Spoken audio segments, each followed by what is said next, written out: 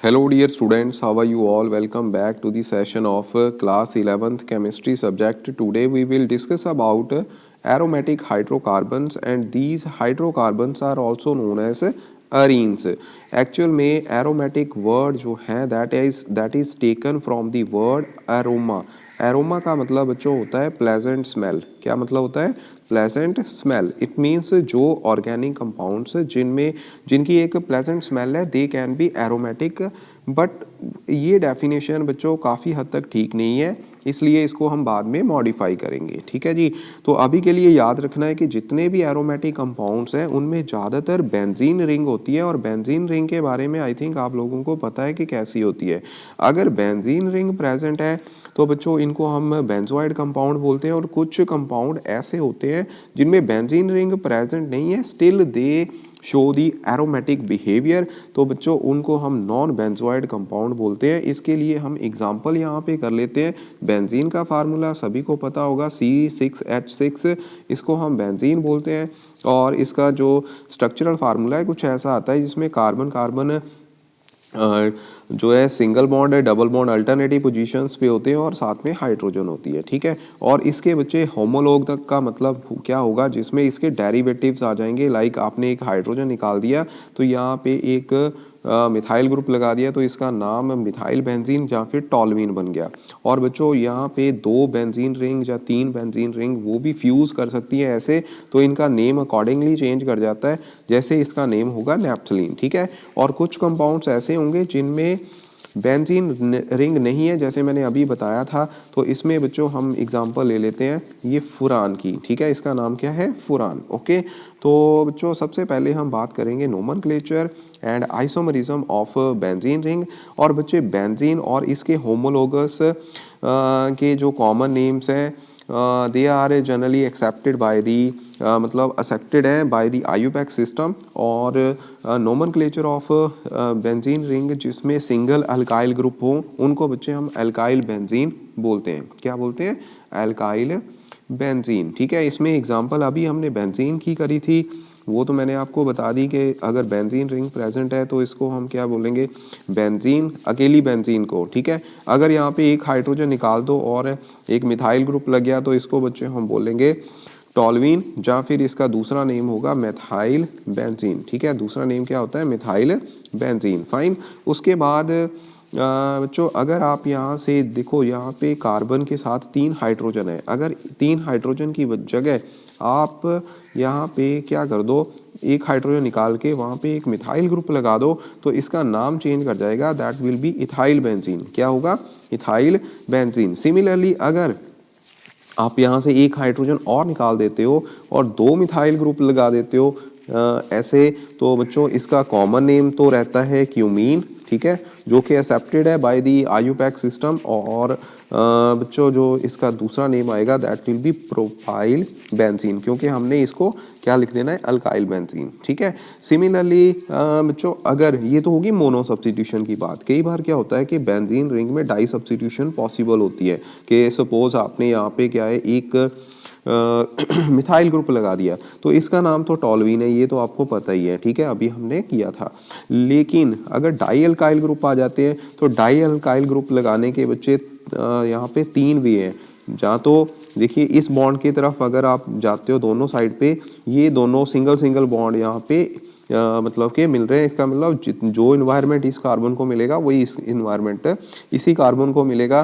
तो ये ग्रुप आप यहाँ पे लगा दो। दूसरी कैटेगरी इसमें क्या आ जाएगी? दूसरे वे से आप हाइड्रोजन कैसे लगा सकते हो? मिथाइल ग्रुप 2-2 बॉन्ड छोड़ के, यानी कि जहाँ फिर यहाँ पे या फिर यहाँ पे। ठीक है। और तीसरी कैटेगरी कैसे हो सकती है? उसमें आप मिथाइल ग्रुप कहाँ लगा सकते हो? सीधा इसके ऑपोजिट। ठीक है।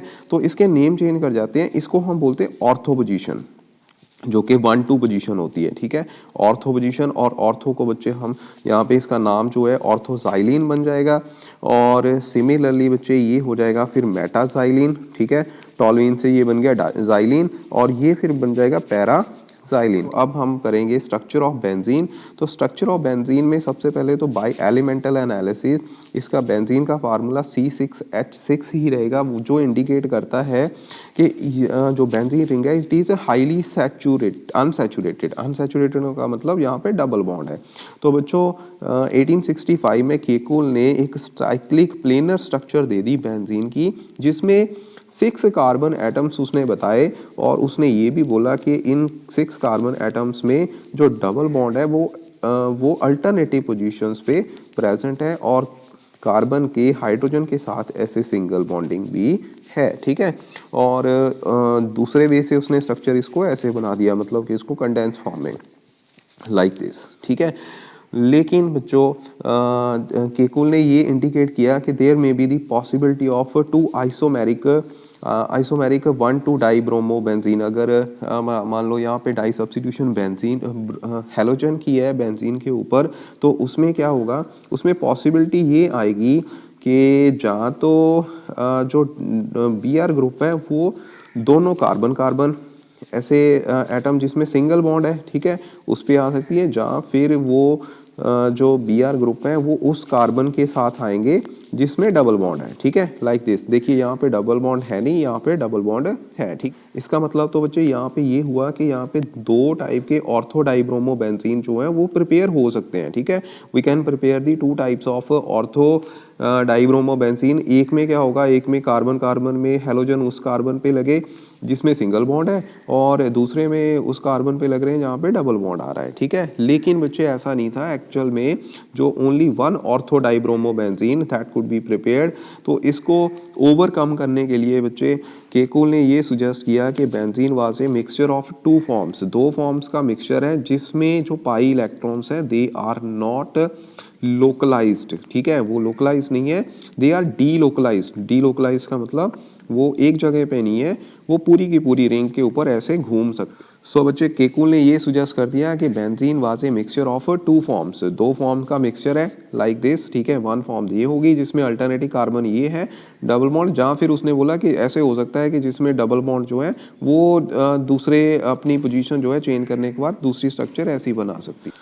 So बच्चों, what was the failure of Kekul structure? Kekul structure of the benzene was failed to explain the stability of benzene ring, and also its preference to the substitution reactions than the addition reaction। तो resonance के बारे में आप लोगों को पता होगा कि रेजोनेंस में क्या होता है कि किसी कंपाउंड की 2 या 2 से ज़्यादा पॉसिबल जो स्ट्रक्चर्स हैं वो पॉसिबल होती हैं, and which involve the identical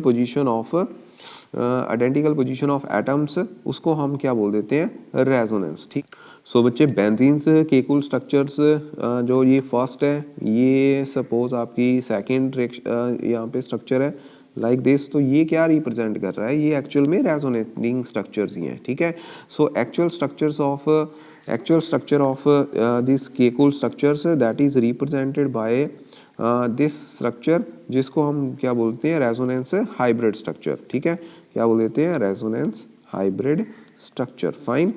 और बच्चों अगर हम बात करें इसकी ऑर्बिटल स्ट्रक्चर की, तो ऑर्बिटल स्ट्रक्चर में कार्बन कार्बन एटम में बेंजीन के sp2 हाइब्रिडाइज्ड कार्बन होती है, जिसमें अगर आप स्ट्रक्चर बनाओ तो कुछ बच्चे ऐसी स्ट्रक्चर आएगी।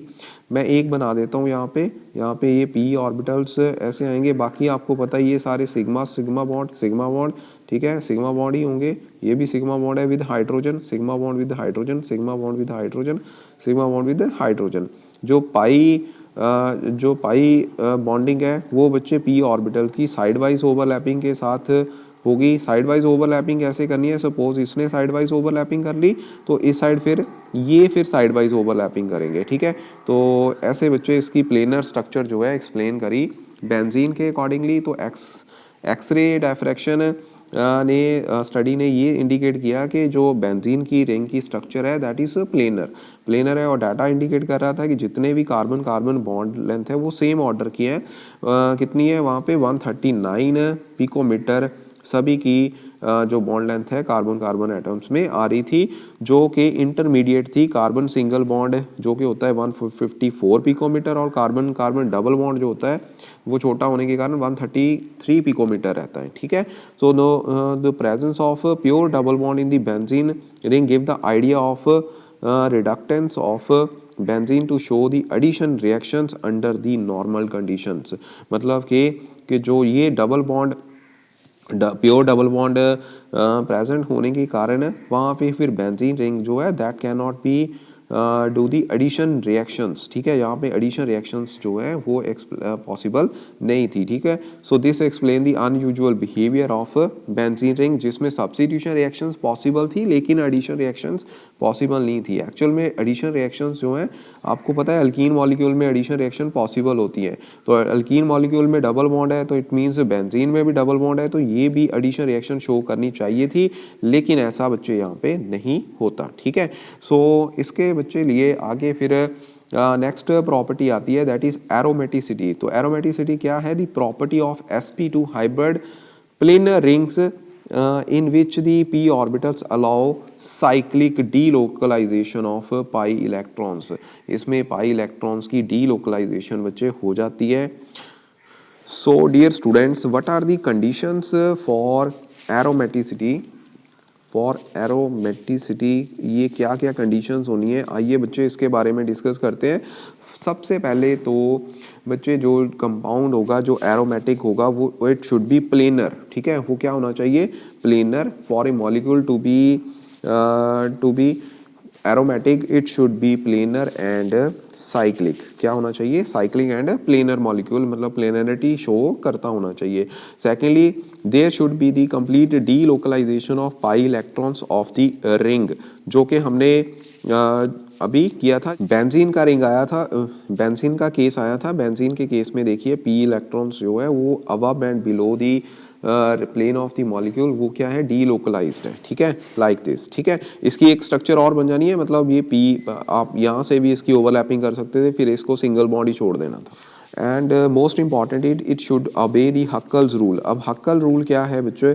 हक्कल्स रूल के अकॉर्डिंगली क्या होता है कि मॉलिक्यूल जो भी एरोमेटिक कंपाउंड होंगे उसमें जो पाई इलेक्ट्रॉन क्लाउड है that should be contain total number of 4n+2 pi electrons, ठीक है। उसमें क्या है? 4n+2 पाई इलेक्ट्रॉन्स प्रेजेंट होने चाहिए और जिसमें n की वैल्यू कुछ भी इंटीजर हो सकती है starting from the 0, 1, 2 and 3 so on, ठीक है। This is known as Huckel rule.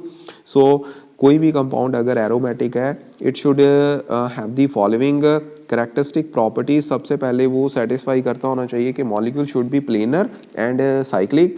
Second उसमें जो complete delocalisation of pi electrons होनी चाहिए। और थर्ड क्या है? There must be the presence of 4n+2 pi electrons in the ring, जिसको हम बोलते हैं हक्कल्स रूल, ठीक है। सो आइए बच्चे इसके अकॉर्डिंगली हम 2-3 एग्जांपल कर लेते हैं, फिर इसके बाद ये आपका लेक्चर जो है ख़त्म हो जाएगा। सो बच्चों इसमें है which of the following are aromatic. इसमें सबसे पहला जो है नॉन बेंजोइड कंपाउंड आ गया, ये है फुरान, ठीक है। तो फुरान में अगर आप इलेक्ट्रॉन की गिनती देखो 1, 2, 3, 4, 5, 6, ठीक है। 6 pi electrons are there which is obeying the 4n+2 pi electron system, ठीक है। मतलब हक्कल रूल ओबे कर रहा है, it is cyclic, it is planar also, तो इसका मतलब ये एरोमेटिक हो गया, ठीक है। So it is aromatic in nature, fine. उसके बाद नेक्स्ट है साइक्लो ऑक्टा टेट्राइन। तो ये बच्चे इसमें ओनली यहाँ पे देखिए आप अगर इलेक्ट्रॉन गिनो तो यहाँ पे 4 डबल बॉन्ड है, ठीक है। कितने बॉन्ड है? 4 डबल बॉन्ड है। दैट मीन्स इसमें 8 पाई इलेक्ट्रॉन्स बन गए। तो 8 pi electrons do not obey the हक्कल rule, इसका मतलब ये मॉलिक्यूल एरोमेटिक नहीं है, ठीक है। उसके बाद बच्चों अगर हम एग्जांपल लें ये साइक्लोपेंटा डाई इनाइल कटाइन की, तो डाई इनाइल कटाइन में क्या होगा? 1, 2, 3, 4 पाई इलेक्ट्रॉन्स हैं which is not obeying the हक्कल rule.